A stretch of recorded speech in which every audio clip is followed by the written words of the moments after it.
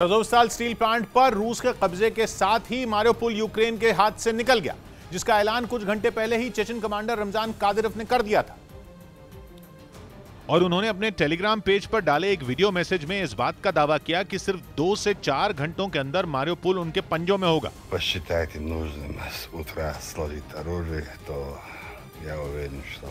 चेचनिया में बैठे रमजान कादिरोव का ये संदेश जैसे ही मारियोपोल में जंग लड़ रहे उनके लड़ाकों तक पहुंचा, उन्होंने रूसी सेना के साथ मिलकर अज़ोवस्ताल स्टील प्लांट पर और भीषण हमला बोल दिया।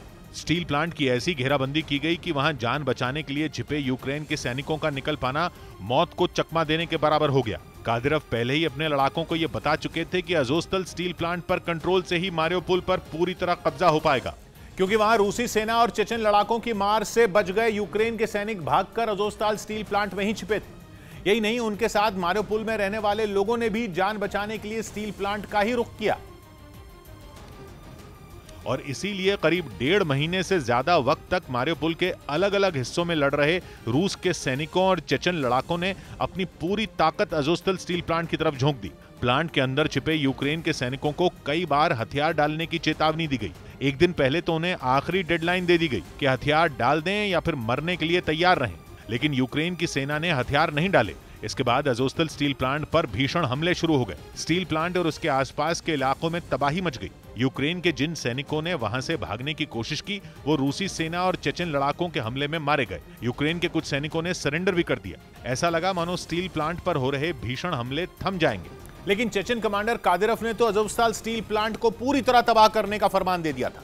यानी यूक्रेन के आखिरी सैनिक के घुटने टेकने या मारे जाने तक वहां बम और मिसाइलों की बारिश करने की खुली छूट मिल गई।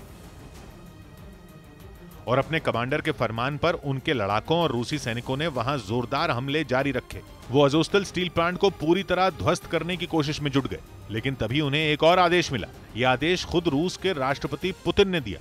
उन्होंने स्टील प्लांट को पूरी तरह तबाह कर देने को गैर जरूरी बताते हुए तुरंत वहां हमलों को रोक देने के लिए कहा। जाहिर है वो समझ गए थे कि मारियोपोल पर कब्जा हो ही गया तो स्टील प्लांट को तबाह करने का कोई फायदा नहीं। और ऐसा करके उन्होंने समझदारी ही दिखाई, क्योंकि 57 दिनों से चल रही जंग के बाद मारियोपोल जैसे अहम शहर पर कंट्रोल करना रूस के लिए आधी जंग जीतने के बराबर है। और इसकी वजह है मारियोपोल की खास लोकेशन, जो कि यूक्रेन के दक्षिण पूर्व में अज़ोव सागर से लगता हुआ बंदरगाह वाला एक बेहद अहम शहर है।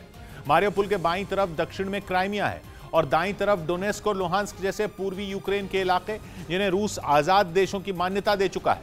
यूक्रेन के क्राइमिया पर 2014 से रूस का कब्जा है और डोनेस्क और लुहांस्क में जिन अलगाववादियों ने बीते 8 साल से यूक्रेन की सरकार से जंग छिड़ी हुई है, उन्हें भी रूस का समर्थन हासिल है। 24 फरवरी को जब रूस ने यूक्रेन पर हमला किया था, तो दक्षिण दिशा में उसकी सेना का एक हिस्सा क्राइमिया से ही यूक्रेन में दाखिल हुआ था। वहां से रूस की सेना यूक्रेन के उत्तर पूर्व की तरफ आगे बढ़ी और कुछ दिन बाद मारियोपोल तक पहुंची थी। और अब मारियोपोल पर कब्जा होने के बाद पुतिन की सेना के लिए सबसे फायदे की बात यह है कि उसके लिए क्राइमिया से लेकर सीधे रूस तक जमीन का रास्ता खुल गया। यानी क्राइमिया से रूस तक एक लैंड कॉरिडोर बन गया, जो इन दिनों यूक्रेन के पूर्वी इलाके डॉनबास में लड़ रही रूस की सेना के लिए बहुत ही मददगार साबित हो सकता है। जबकि ये यूक्रेन के लिए किसी बड़े झटके से कम नहीं। यूक्रेन की सेना मारियोपोल की अहमियत समझती थी, तभी तो उसने रूसी सेना और चेचन लड़ाकों से इस शहर को बचाने के लिए अपनी पूरी ताकत लगा दी थी। लेकिन ऐसा हो नहीं पाया और मारियोपोल पर रूस का कब्जा हो गया, जिसके बाद यूक्रेन के राष्ट्रपति ज़ेलेंस्की सामने आए। उन्होंने रूस के राष्ट्रपति पुतिन के साथ बातचीत की पेशकश की, वो भी बिना किसी शर्त के।